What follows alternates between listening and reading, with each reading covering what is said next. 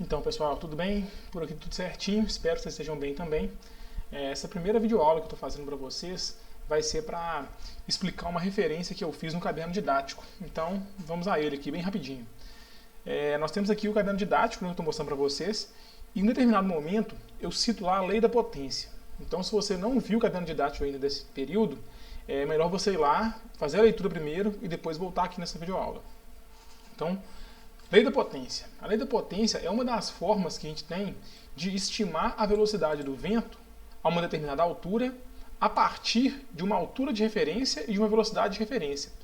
Por exemplo, se eu sei a altura do vento a 10 metros, eu consigo ter uma ideia de qual que vai ser essa velocidade a 100 metros, a 50 metros, certo? Porque existe uma referência que quanto maior a altura, maior a velocidade do vento. E essa diferença tem muito a ver com o ambiente em que se está dizendo. Pode ser uma floresta, areia, água, um campo aberto, lugar com prédios, né? Então, nós temos aqui algumas variáveis dentro da equação que vão nos dar a dimensão dessa diferença. Então, vamos lá. Ó. A equação é essa aqui, pessoal.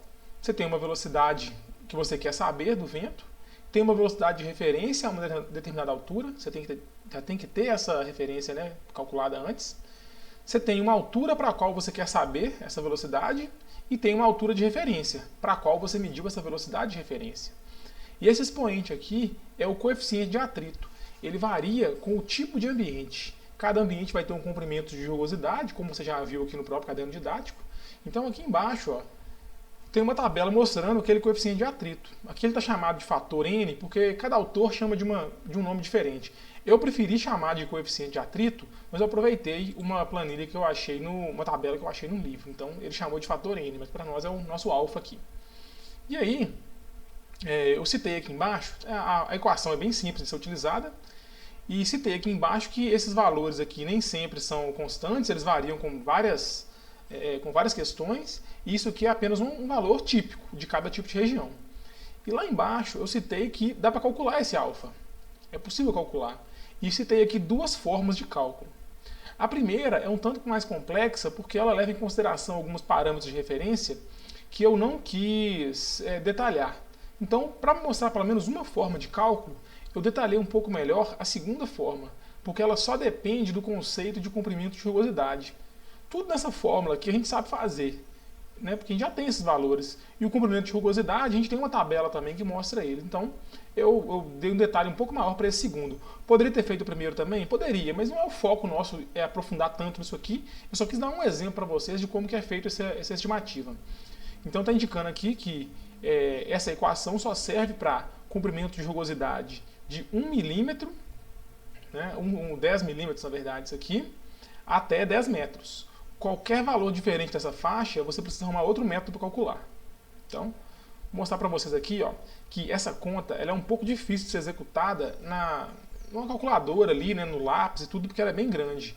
E geralmente você faz esse tipo de cálculo, você quer variar esse comprimento de rugosidade aqui e achar o alfa para vários terrenos diferentes. Então o que eu fiz? Eu implementei essa equação numa planilha para ficar mais fácil de calcular. E o endereço da planilha está aqui. Não é o caso agora, eu não dei nenhuma atividade que vai depender de você achar esse valor aqui hoje. Mas no futuro a gente vai acabar precisando trabalhar com umas planilhas desse tipo. Então eu vou passar a planilha pronta, vocês vão até alterar alguns parâmetros ali, talvez até essa mesmo um dia. Então como é que vocês fariam isso? Seleciona aqui o link. Eu vou abrir aqui uma página da internet. Vou abrir a planilha. Então a planilha vai abrir aqui. Eu vou explicar para vocês o que ela significa. Só um instante. Aqui a planilha abriu. Então basicamente funciona da seguinte forma. Eu tenho aqui aquela mesma tabela com os coeficientes de atrito para cada tipo de região.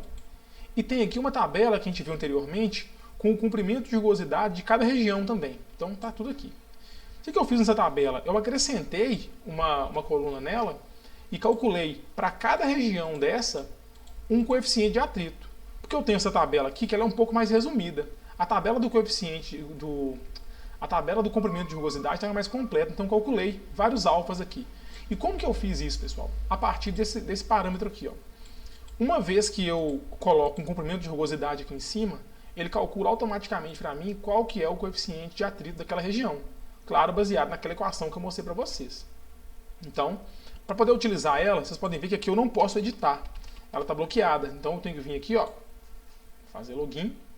Vou colocar minha conta que não é do IFMG, para vocês verem, né? Uma conta comum, como a de vocês mesmos. Fiz o login. E aí vem aqui, ó, abrir com planilhas Google. Uma vez que ela está aberta, teoricamente eu já poderia editar, pessoal. Mas ela ainda não vai permitir, porque se eu deixasse vocês editarem isso aqui, correria o risco de alguém apagar minha planilha ou modificar ela onde não pode. Então, se vocês quiserem utilizar essa planilha, tá vendo? Vocês podem ver aqui, ó, somente ver. Vocês não têm autorização para editar. E, por favor, não me peçam essa autorização para editar, porque vocês podem salvar essa planilha para vocês aqui, ó. Arquivo, fazer uma cópia. E aí eu vou salvar essa cópia aqui com um nome qualquer aqui, ó, tabela. Vocês podem salvar com o nome que vocês acharem melhor e na pasta que vocês acharem melhor também. Eu estou salvando no meu Google Drive mesmo. Sugiro que vocês façam o mesmo. Então eu vou dar OK. E aí sim essa planilha vai abrir de uma forma que eu possa editá-la, porque agora essa planilha é minha. Eu posso fazer o que eu quiser com ela. Então eu posso vir aqui na parte do comprimento de rugosidade e jogar, por exemplo, aqui 1 metro. Então eu sei que se uma região tem velocidade do vento 0 até 1 metro de altura, né, que é o conceito de comprimento de rugosidade, eu sei que o alfa vai ser 0,240. Então, se no futuro próximo a gente for trabalhar com essa equação para poder estimar a velocidade do vento, e eu quiser dar para vocês não um valor tabelado, mas um valor qualquer de comprimento de rugosidade, você já tem condições de fazer essa estimativa usando essa planilha. Certinho? Então, espero que vocês tenham entendido e até a próxima videoaula.